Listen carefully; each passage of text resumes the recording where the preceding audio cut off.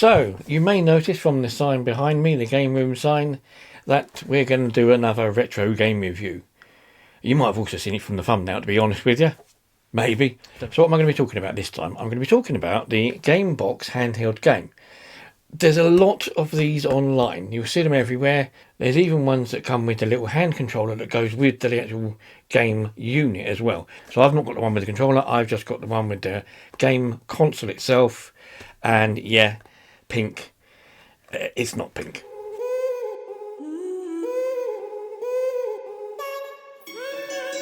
In fact, it's actually blue.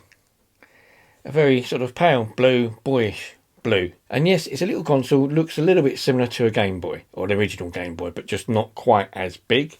In fact, it's actually smaller than the Game Boy Pocket if you put the two side by side. And of course, it's got more buttons. What do you get? Well, you get the console. The console actually comes with a rechargeable battery. So it's not like an ordinary Game Boy that had the original AA batteries. This thing's actually got a little panel on the back. You pull it off and you've got a mobile phone battery in it, which is quite useful because that means it's rechargeable. So that also means in the box you get a charging cable to charge it via USB, which is a micro USB cable, and you also get an AV cable. I will get to the AV cable later in the video. So the purpose of this thing is a little handheld games unit. It's got the games built in. You don't have to load any, you don't have to stick any memory cards or anything like that in it. You don't have to do any setting up or anything like that. It's just out of the box, plug and play, it goes. And it's a little fun, playable unit. Now, I've done some retro games before. My last review was for the Sega Mega Drive, but you also get games I've mentioned previously on the Switch and things like that, and even on my old Xbox where you can get retro games, old games. And this is sort of place, some of those Nintendo games are in here. They're games that you would get on the Switch, in the Switch expansion pack, the online pack. But this is in a much smaller handheld unit. Now, I have also mentioned in the past that some of these games could be played on your phone. So they're sort of games that you could play on your mobile, which is great. But I've also mentioned previously that mobile games don't have the controls. This thing has got physical buttons, and they are proper physical, clicky buttons.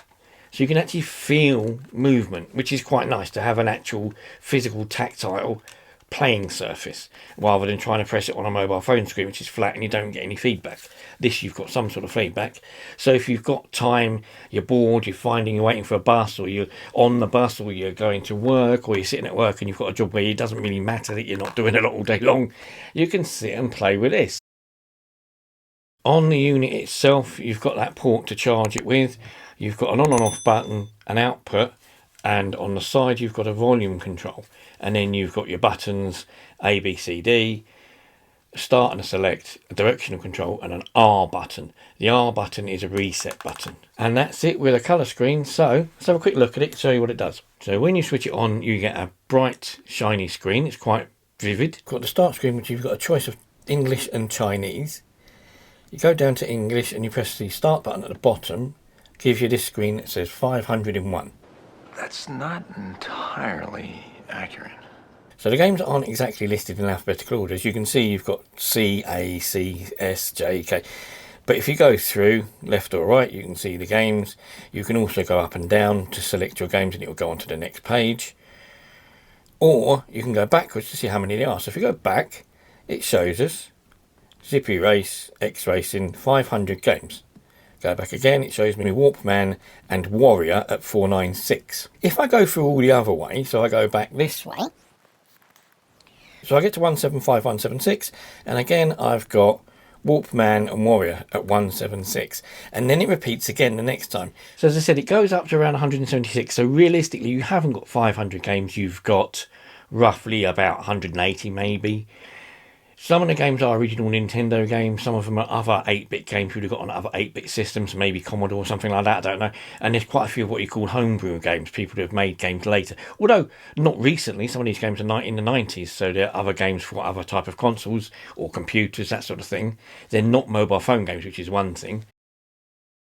That looks exactly as you would expect it for a Mario game.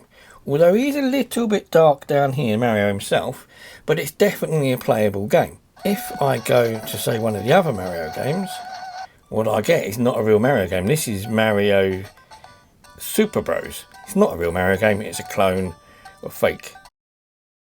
But not all the games are as bright as you would want them to be. If I think of, say, it's even got Angry Bird on here. Now, Angry Bird was never an 8-bit game. So, but it does load Angry Birds. Looks the same as ordinary. So you've suddenly got a green game with green pigs. Again, not overly easy to see. Bit of adjustment. And you fire. You've got no strength or normal Angry Bird attributes. If I go to a game like Excitebike is definitely the Nintendo game down here, 1984 Nintendo. So it's the exact same game you'd get on the Nintendo NES and the Nintendo NES that's on your Switch as part of the download pack. The difference being this is handheld.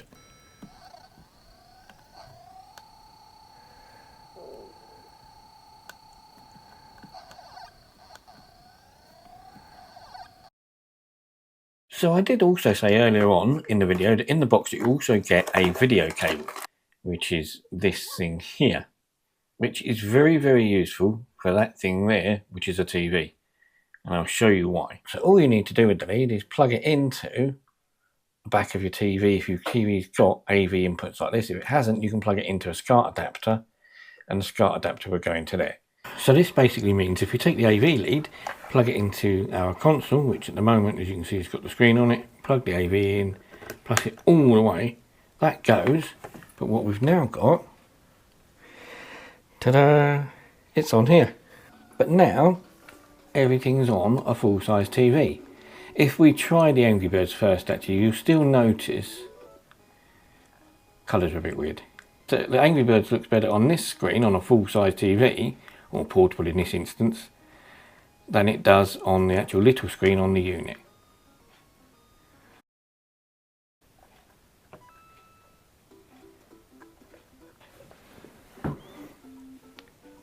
Now there's some issues, sometimes a little bit of the screen's a bit weird over here, but whoop, Mario on a full-size screen, much better. And you can easily control it with the unit. I'm still using the handheld to control it with.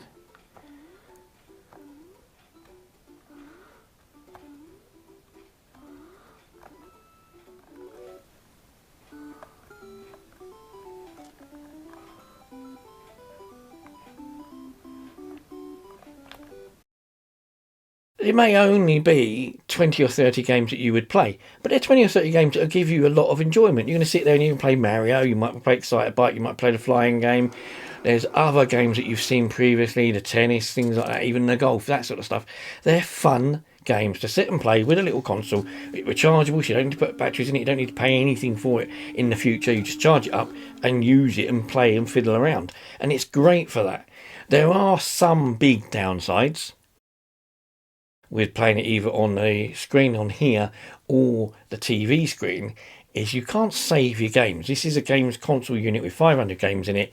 You play them until they end, or you get through as far as you can, or the battery goes flat, and then you stop. If you go to select another game and then you go back to the game you was playing, you're back to the beginning. There's no memory in it. If you do fancy just a bit of retro gaming for a bit of fun, sitting around somewhere, you've got nothing else to do, for a £5 or for a £10, you really can't go wrong. It's fun, it's enjoyable. It's one of them things you'll put down, maybe in the 6 or 7 months you might pick it up again, or you might play it daily. You don't know, it doesn't matter. It's such a small amount. It's less than the cost of a milkshake and a burger at McDonald's. So, you know, why not have it for a bit of fun, do what you like with it, and if you don't use it, give it to somebody. Somebody else might use it.